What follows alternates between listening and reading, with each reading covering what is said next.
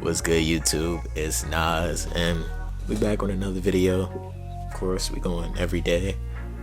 The road to 200 subscribers and even more. But in today's video, we're gonna be comparing playmaking point guards, if that's even really a sentence. But today, we're gonna be looking at the careers of Chris Paul, Steve Nash, and Jason Kidd, and we're just gonna compare them to each other and see, or I want to know, who do y'all have at the top, or what is y'all list, or how do y'all rank them in terms of point guards? But starting off with Steve Nash, we're gonna go by their primes. Well, we're not gonna do it when they were rookies and shit, but when they became established players.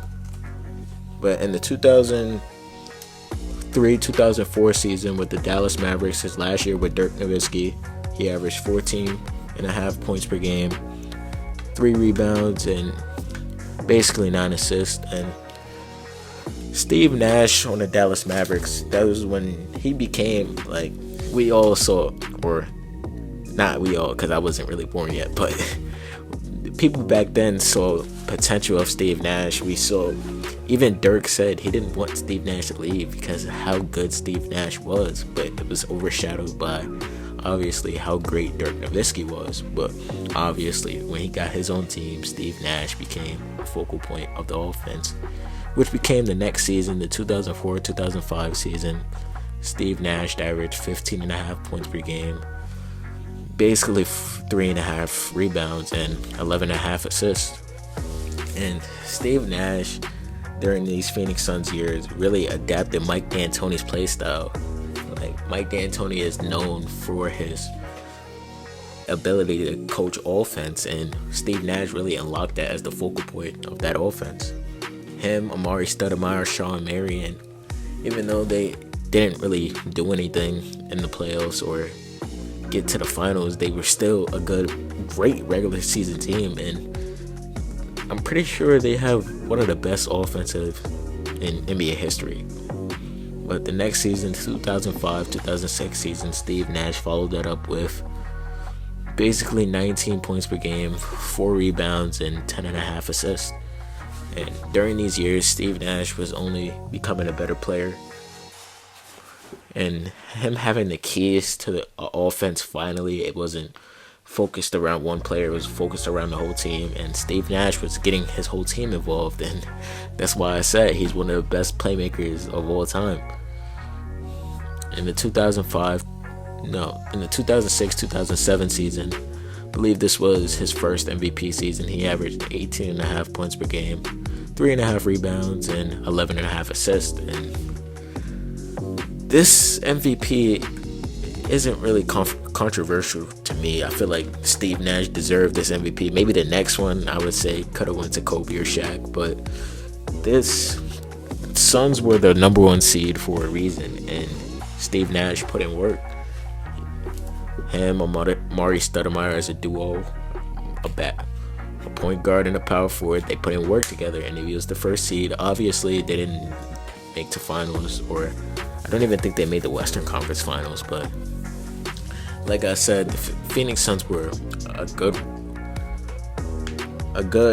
how would I say, a good regular season team. But the next season, when he won his back-to-back MVP, he averaged basically 17 a game, 3.5 rebounds, and 11 assists. And this MVP is really debatable, or really looked at as not really his award, but they were the first seed again. What can you do when an offense like that and the point guard at the helm of it was really leading the league in assists? He was doing everything that he needed to do for the Suns to win. I'm mad that he didn't really get a ring, bro. That's what I'm mad about with Steve Nash's career.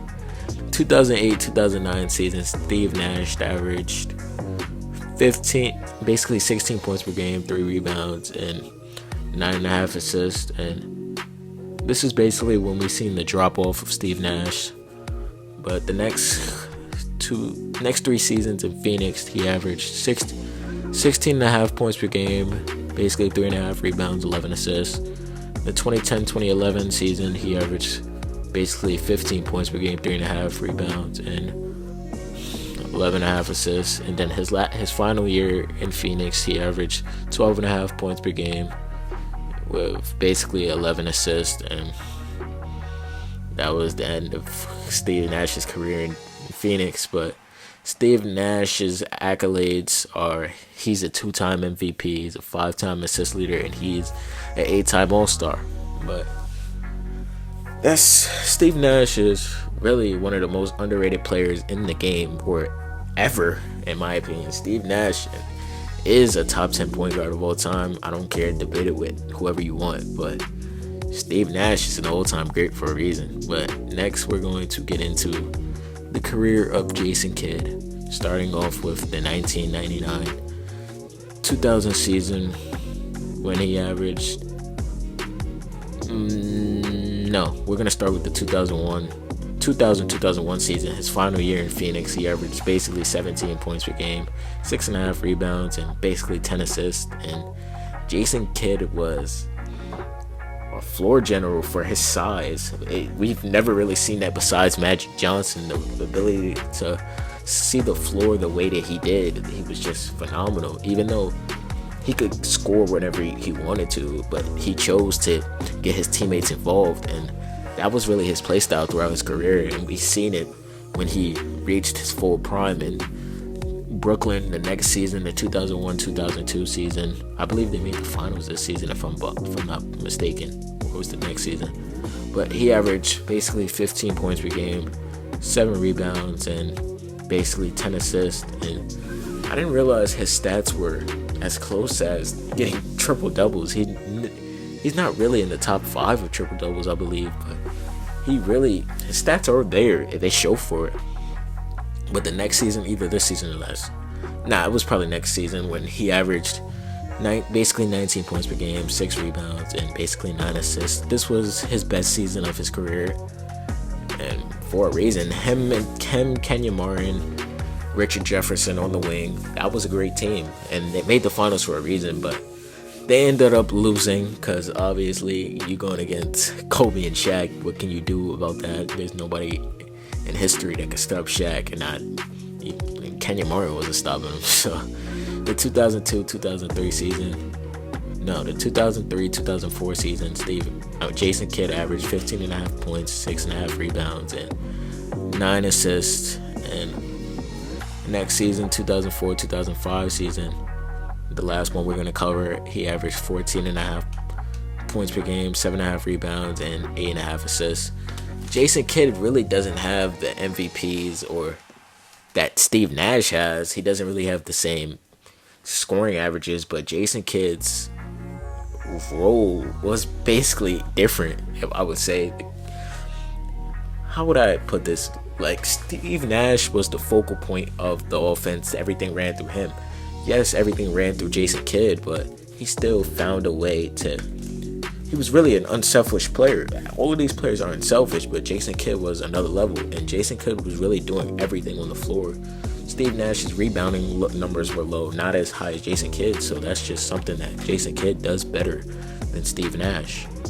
But Jason Kidd's accolades are... He was the NBA champion in 2011 when he was really a role player on the Dallas Mavericks. He was a 10-time All-Star, 5-time NBA first team, All-NBA second team 2003, 4-time All-Defensive first team. I forgot to mention that Jason Kidd would be the best defender out of all 3 of these players, I would say. Jason Kidd at the point guard position was really a lockdown defender. Go do your homework on Jason Kidd, but he's a 5-time All-NBA defensive second team, and he's the only person really to win NBA co-rookie of the year with Grant Hill. But next we're going to get into Chris Paul. And starting off with Chris Paul, we're going to start off with his New Orleans days when he averaged... I got to really do a set number of this because Chris Paul's career is long. But in the 2007-2008 season, Chris Paul averaged 21 points per game, 4 rebounds, and 11.5 assists. And In my opinion, this was the best we've seen Chris Paul when he was in his third season. This Chris Paul just I don't know. He could get to wherever he wanted. He playmaked all around the floor with Tyson Chandler and David West. Yeah, I forgot his name for a second. And David West was underrated during that time. He was even an All-Star that season. And he was an All-Star because of Chris Paul. Without Chris Paul, you think David West was making an All-Star team? God, no. But this was the season he dunked on Dwight Howard too, which was, whew. But the next season, the 2008-2009 season, he averaged basically 23 points per game, 5.5 rebounds, and 11 assists. And when Chris Paul was in New Orleans, he was getting all the stats, he was getting all the recognition, but what was he supposed to do with that roster around him? And the next following seasons, we're going to see that Chris Paul put up all the stats. He got injured one season. The next season we're about to do, but he put up 11.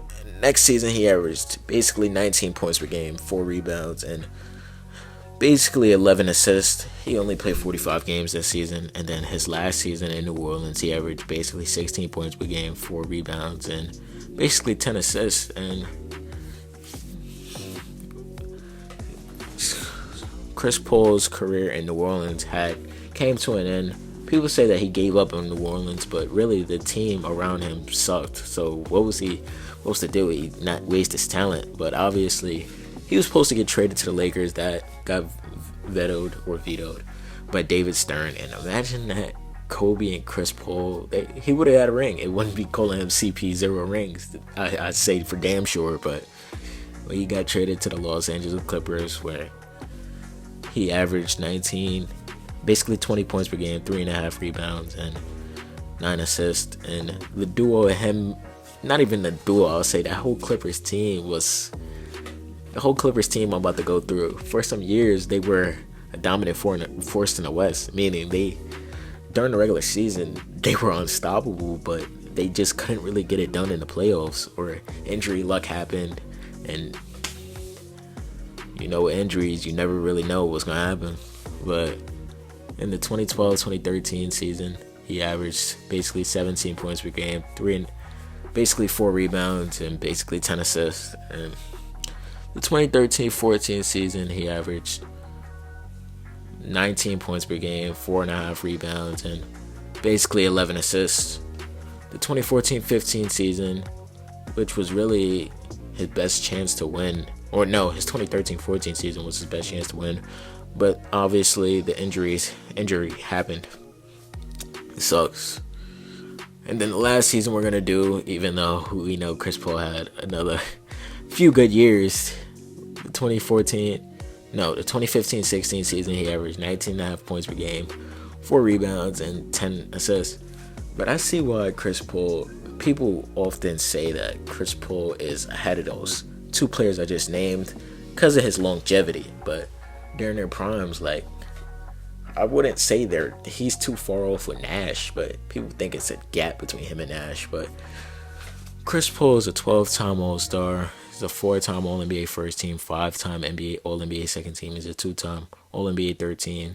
He's a 7-time All-NBA defensive first team. He's a 2-time All-NBA defensive second team. Obviously the second best, or the first best, if you want to say, defender that we're doing on this. He's a 5-time NBA assist leader, and he is a 6-time NBA steals leader. But needless to say, how do y'all feel about these 3 playmakers at their position? Subscribe if you're new.